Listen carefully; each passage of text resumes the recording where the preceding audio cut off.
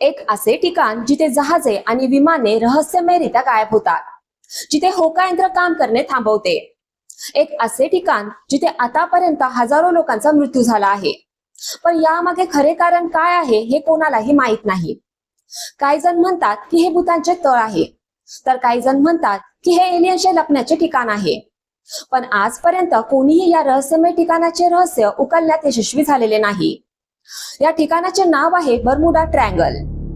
नमस्कार, मी पूनम गावंड. मित्रांनो, आजच्या या व्हिडिओमध्ये आपण बर्मुडा ट्रायंगलचे रहस्य आणि इतिहास दोन्ही समजून घेण्याचा प्रयत्न करणार आहोत. बर्मुडा ट्रायंगल हे उत्तर अटलांटिक महासागरात असलेले एक रहस्यमय ठिकाण आहे. याला शैतानचा त्रिकोण असेही म्हटले जाते. इथे पोहोचलेला कोणीही, मग ते जहाज असो वा माणूस, कधीही परत आला नाही. असे म्हटले जाते की इथील प्रत्येक गोष्ट इतक्या रहस्यमय पद्धतीने नाहीशी होते की कोणालाही काहीच माहीत पडत नाही.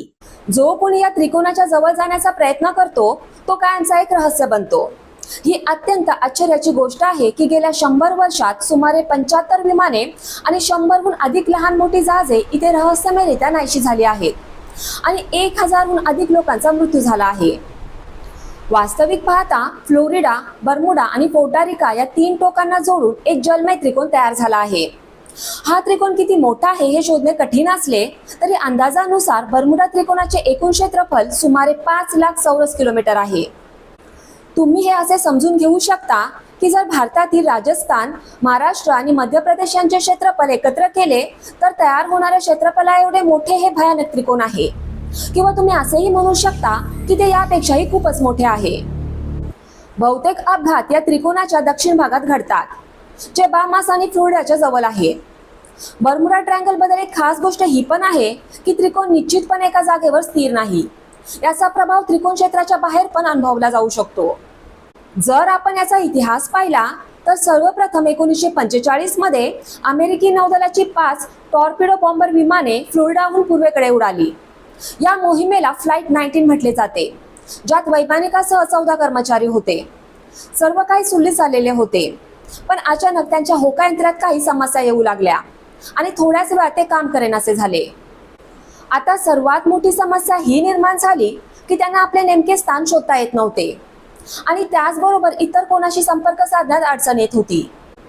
दिवसाचा अंधार होऊन रात्र झाली आणि ही 5 विमाने कायमची नाहीशी झाली, ज्यात एकूण 14 लोक होते. आजपर्यंत कोणालाही कळू शकले नाही की ही विमाने कुठे आहेत आणि त्या लोकांचे काय झाले. फ्लाइट 19 ची चौकशी करण्यासाठी एक शोध आणि बचाव सागरी विमान पाठवण्यात आले होते, ज्यात एकूण 13 कर्मचारी होते. पण दुर्दैवाने ते विमानही फ्लाइट 19 प्रमाणेच नाहीसे झाले. यानंतर बर्मुडाबद्दल एक खळबळ माजली. पण तुम्हाला माहित आहे का की त्यावेळी बर्मुडा ट्रायंगल बद्दल कोणालाही माहिती नव्हती. त्यामुळे त्यावेळेपर्यंत त्याला हे नावही दिले गेले नव्हते. पण या घटनेनंतर या भागाला बर्मुडा ट्रायंगल असे नाव देण्यात आले. संशोधकांनी बर्मुडा ट्रायंगलला एक रहस्यमय त्रिकोण म्हटले आहे, कारण तिथे जाणारी जहाजे आणि त्यावरील लोक रहस्यमयरित्या गायब होत होते. अशा परिस्थितीत लोकांमध्ये या त्रिकोणाबद्दल भीती निर्माण झाली. लोक तिथे जाण्यास संकोच करू लागले. असे म्हटले जाते की 1945 पूर्वीही बर्मुडा ट्रायंगलमध्ये अनेक जहाजे गायब झाली होती, जसे की 1872 मध्ये ॲलन ऑस्टिन आणि 1918 मध्ये USA सायक्लॉप्स. सर्वप्रथम मी तुम्हाला मेरी सेल्सची कहाणी सांगते. मेरी सेल्स बर्मुडा ट्रायंगलमध्ये बेपत्ता झालेले एक व्यापारी जहाज होते. वास्तविक पाहता मेरी सेल्स हे एक अमेरिकन मर्चंट ब्रेकटाईन होते, जे न्यूयॉर्कहून गेविनाला निघाले होते, पण तिथे पोहोचू शकले नाही. 5 डिसेंबर 1872 रोजी हे जहाज अटलांटिक महासागरात सापडले. काही लोकांच्या मते हे जहाज समुद्री चाच्यांनी लुटले असावे, पण जेव्हा तपास केला गेला तेव्हा धक्कादायक तथ्ये समोर आली. जहाजातील सर्व माल सुरक्षित होता, पण जहाजात प्रवासी किंवा खलाशी कोणीही नव्हते. अशा परिस्थितीत प्रश्न निर्माण होतो की जर या जहाजाला लुटारूंनी लुटले असते तर जहाजावरील मौल्यवान वस्तू सापडल्या नसत्या. त्यामुळे हे जहाज एक न उलगडलेले रहस्य बनून राहिले. Allen Austin 1881. 1881 मध्ये इथे ॲलन ऑस्टिन नावाचे आणखी एक जहाज बेपत्ता झाले. हे जहाज न्यूयॉर्कला निघाले होते, जे बर्मुडा ट्रायंगल जवळ वाटेत अचानक गायब झाले. जेव्हा त्याचा शोध घेण्यात आला तेव्हा जहाजावरील एकही व्यक्तीचा थांगपत्ता लागला नाही. USS सायक्लॉप्स 1918. USS सायक्लॉप्स नावाचे जहाज हे पहिल्या महायुद्धापूर्वी अनेक वर्ष युनायटेड स्टेट्स नेव्हीमध्ये सेवा देणाऱ्या 4 प्रोटियस क्लास कॉर्व्हेट्सपैकी एक होते. 1 जानेवारी 1918 पर्यंत अमेरिकेच्या पूर्व किनारपट्टीच्या संरक्षणासाठी ते तैनात होते. ते विशेषतः इंधन पुरवण्यासाठी ठेवण्यात आले होते. असे म्हटले जाते की बेपत्ता होण्यापूर्वी या जहाजावर 306 प्रवासी आणि कर्मचारी होते. हे जहाज बर्मुडा ट्रायंगल जवळ पोहोचताच अचानक बेपत्ता झाले. आश्चर्यकारक गोष्ट म्हणजे ज्या दिवशी हा अपघात झाला त्या दिवशी हवामान पूर्णपणे निरभ्र होते. तरीही जहाज अचानक कुठे बेपत्ता झाले हे कोणालाच माहीत नाही आणि जहाजावरील लोकही सापडले नाहीत. या जहाजाचे बेपत्ता होणे आणि त्यावरील एकाही व्यक्तीबद्दल काही बातमी न मिळणे ही अमेरिकेच्या इतिहासातील एक रहस्यमयी घटना आहे. पण मित्रांनो, या सर्व घटना इतक्या जुन्या आहेत की कोणाकडेही त्याच्याबद्दल ठोस माहिती नाही.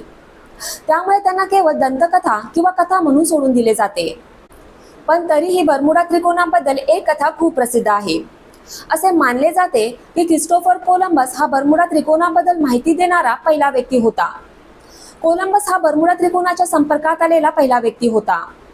आपल्या लेखात या त्रिकोणात घडणाऱ्या घडामोडींचा उल्लेख करताना त्याने लिहिले की ते जसे बर्मुडा त्रिकोणात पोहोचले तसे त्यांचा होकायंत्र बंद पडला.